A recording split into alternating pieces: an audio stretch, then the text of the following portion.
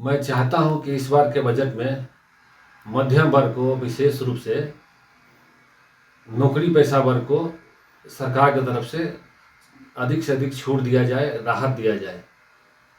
और उसमें भी जो रिटायर्ड पर्सन हैं उनको बड़ी उम्मीद है कि सरकार इस बार बजट में उनके लिए कुछ करेगी। अगर मध्यम वर्ग को सरकार छूट देती है तो उससे जो है हमारी अर्थव्यवस्था को भी बड़ा लाभ होगा। अगर उनके हाथ में पैसे बटेंगे तो उससे जो है अर्थव्यवस्था में वो पैसा जो है सर्कुलेशन में आएगा, जिससे जो है चारों तरफ जो है बूम हो जाएगा। और मध्यम वर्ग ही जो है भारत में जो है रीढ़ है, वही जो है टैक्स पेयर है। और सरकार जो है अब तक देखा गया है कि उसी पर ही सब बोझ दे देती है। इसलिए मेरी पहली उम्मीद यह है कि इनकम टैक्स में कुछ छूट दिया जाए, उसमें भी जो रिटायर्ड पर्सन उनको विशेष रूप से छूट दिया जाए। उसके अलावा मैं ये चाहूँगा कि हेल्थ सेक्टर जो है उसमें जो हेल्थ इंश्योरेंस होती है उस पर भी सरकार को जीएसटी वगैरह बिल्कुल ख़त्म कर देना चाहिए। ऑलरेडी इस पर कई बार मीटिंग हो चुकी है जीएसटी काउंसिल की, लेकिन इस बजट में मैं चाहूँगा कि उस पर 0 जीएसटी दिया जाए।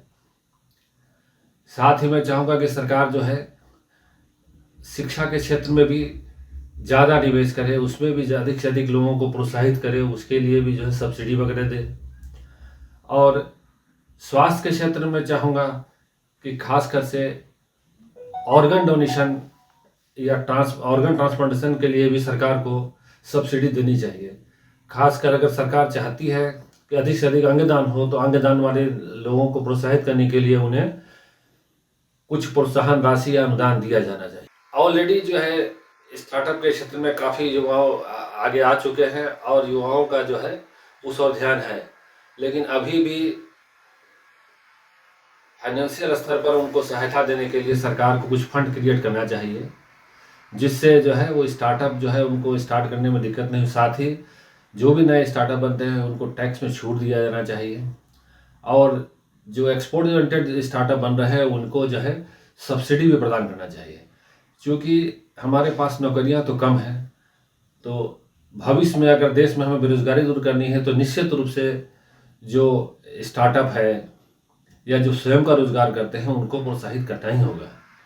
जहाँ तक ग्रामीण क्षेत्रों में अनुदान देने का सवाल है, तो कृषि को बढ़ावा देने के लिए वो अनुदान मेरे हिसाब से जारी रहना चाहिए।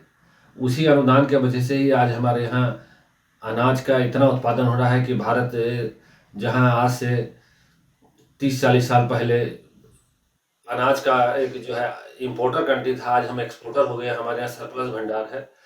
तो कृषि क्षेत्र में सीड्स हो, फर्टिलाइजर हो और या इरिगेशन हो तो उसमें निश्चित रूप से सब्सिडी तो देना ही चाहिए। उसको मैं फ्री बीज में नहीं लेता हूँ, क्योंकि उसका फायदा, अगर अनाज सस्ता होता है तो पूरे देश के लोगों को उसको फायदा मिलता है।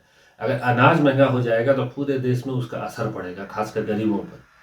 जहाँ तक दूसरी जो फ्री बीज हैं या मुफ्त रेवड़ियाँ बांटने वाली स्कीमें हैं, उन पर जरूर सरकार को ध्यान देना चाहिए। वो उन्हीं लोगों को मिलना चाहिए जो कि जिनको उसकी आवश्यकता है। आजकल देखा जा रहा है कि चुनाव के दौरान सभी लोगों को कहा जाता है कि बिजली मुफ्त मिलेगी, पानी मुफ्त मिलेगी, लेकिन मेरा कहना है कि उसमें सरकार को वेरी सेलेक्टिव होना होगा। सारा बजट अगर हम फ्री बीज में लगा देंगे तो देश के विकास के लिए फिर फंड कहाँ से आएगा। मेरे विचार से इंश्योरेंस में जीएसटी होना ही नहीं चाहिए। कोई आदमी बचत कर रहा है और इंश्योरेंस सेक्टर में जो पैसा लगता है उससे जहाँ एक और व्यक्ति को सामाजिक सुरक्षा मिलती है, वही वो पैसा जो है देश के विकास में काम आता है। इंश्योरेंस सेक्टर में जो पैसा हम जमा करते हैं प्रीमियम में, वही पैसा जो है इंडस्ट्रीज को जाता है, शेयर मार्केट में जाता है। तो अभी अर्थव्यवस्था में देखेंगे इंश्योरेंस सेक्टर का बड़ा इंपॉर्टेंट रोल है।